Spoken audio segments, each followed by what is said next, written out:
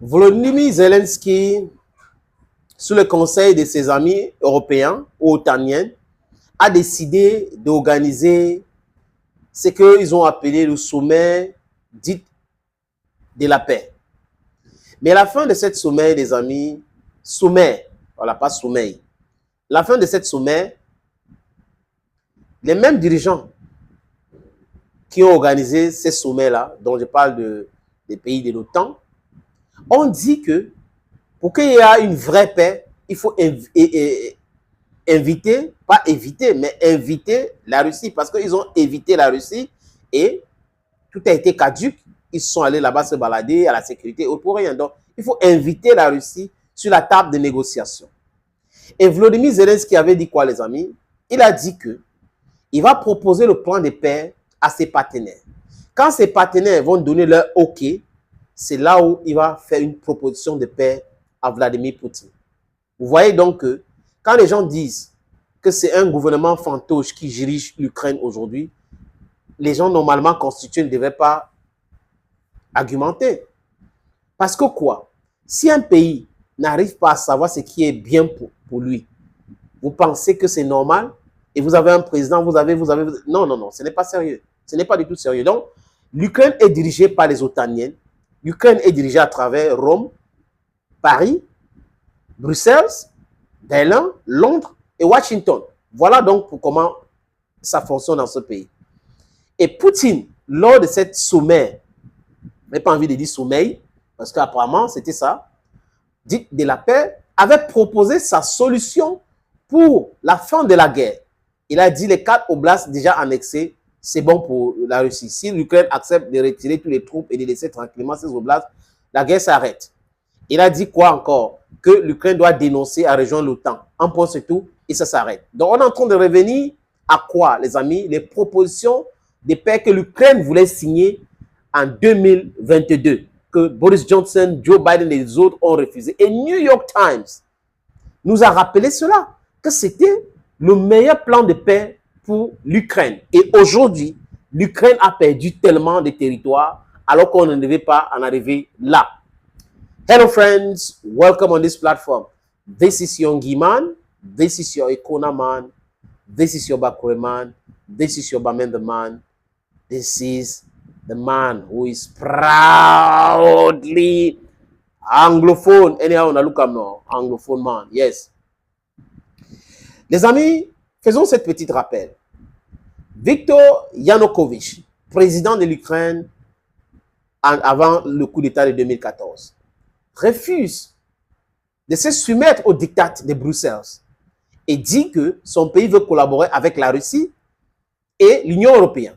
L'Union européenne dit non. Si vous voulez collaborer avec la Russie, nous ne voulons pas. On veut que vous collaborez avec nous. Donc, c'était déjà un plan tissé pour faire la guerre contre la Russie. Et là, bam, Soros et les autres ont financé ce qu'ils ont appelé la révolution de Maïdan, la révolution orange, qui était quelque chose qui était bien planifié. Donc, c'était un coup d'État. Et Yanukovych, donc, Viktor Yanukovych, a été chassé du pouvoir. Il est parti, il a fui. Vous voyez que depuis, il ne se prononce pas. Et la Russie a fait quoi, les amis? A capturé la péninsule de Crimée. Ils ont organisé le référendum et tout le monde est d'accord que c'est un territoire russophone. Les gens ont voté pour rester avec la Russie. Et Poutine a conçu le pont de Kerch qui relie la péninsule à mainland Russia. Les amis, donc l'Ukraine avait encore accès à peu près 96% de son territoire. Et Poutine dit, il faut négocier. Ils ont commencé les négociations. Négociation mix 1, mix 2. François Hollande n'était pas encore présent, c'est Nicolas Sarkozy. Ils ont négocié cela et François Hollande arrive au pouvoir sur l'instruction de Washington. Ils ont poussé l'Ukraine à ne pas respecter les accords de Minsk.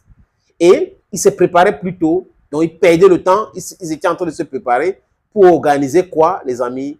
Une guerre contre la Russie dans le Donbass. Et là, parce qu'il y avait des séparatistes déjà, les amis, qui voulaient prendre seulement le Donbass. Et nous sommes là en 2014. Donc en 2022, la Russie, qui avait seulement occupé à peu près 4% du territoire ukrainien, s'est vu menacée et a compris que la meilleure défense, c'est l'attaque, a lancé ce qu'elle a appelé les opérations spéciales en février. Et en septembre, la Russie parle de la paix encore. Les amis, vous voyez, je vous ai parlé de Minsk. Après Minsk, ils sont allés en Turquie et autres. Et là, l'Ukraine avait déjà perdu à peu près 14% de son territoire. Les amis, 14% déjà. Et la Russie propose la paix, cesser le feu et tout cela. L'Ukraine refuse. L'Ukraine refuse, ils sont même allés à la Rada. Rada, c'est quoi? C'est l'Assemblée nationale ukrainienne. Ils sont même allés là-bas, les amis, voter une loi qui interdit de parler de la paix avec la Russie. Donc l'Ukraine ne voulait rien entendre. Bam, bam, bam, bam, bam, bam, bam, bam, bam. Vous avez dit, septembre, 86% quelque chose des territoires ukrainiens avaient été déjà récupérés par la Russie. Et les amis, nous sommes en 2024. La Russie a déjà récupéré à peu près 30% des territoires ukrainiens. On est en train d'aller vers quoi, les amis? L'Ukraine organise le sommet de la paix. La Chine les conseille d'inviter la Russie. L'Inde les dit, il ne faut pas organiser le sommet de la paix sans la Russie. Le Brésil dit exactement la même chose. Ils ne comprennent pas. Ils se disent, non, on va organiser et on va imposer. Ça dit que quoi? Dans leur tête, c'est qu'ils vont amener la Chine là-dedans, ils vont amener le Brésil là-dedans, ils vont amener les pays du BRICS là-dedans. Et quand ils vont décider sur quelque chose, tous ces pays vont prendre cet engagement d'exclure la Russie, de mettre la Russie sous pression pour accepter. Mais ces pays ont compris cette escroquerie. Ils ont refusé de faire partie. They said, we don't want to be a party to this nonsense because it's total nonsense. If you're talking about peace in a situation of conflict, you should bring the two conflict, those who are concerned with the conflict together to talk about peace. If not, you're wasting your time. Et ils avaient raison. Et c'est vrai que ça a capoté.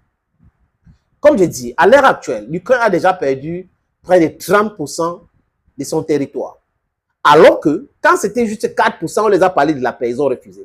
Quand c'était juste 10%, on les a parlé de la paix, ils ont refusé. Quand c'était juste 14%, on les a parlé de la paix, ils ont refusé. Aujourd'hui, c'est à peu près 30%.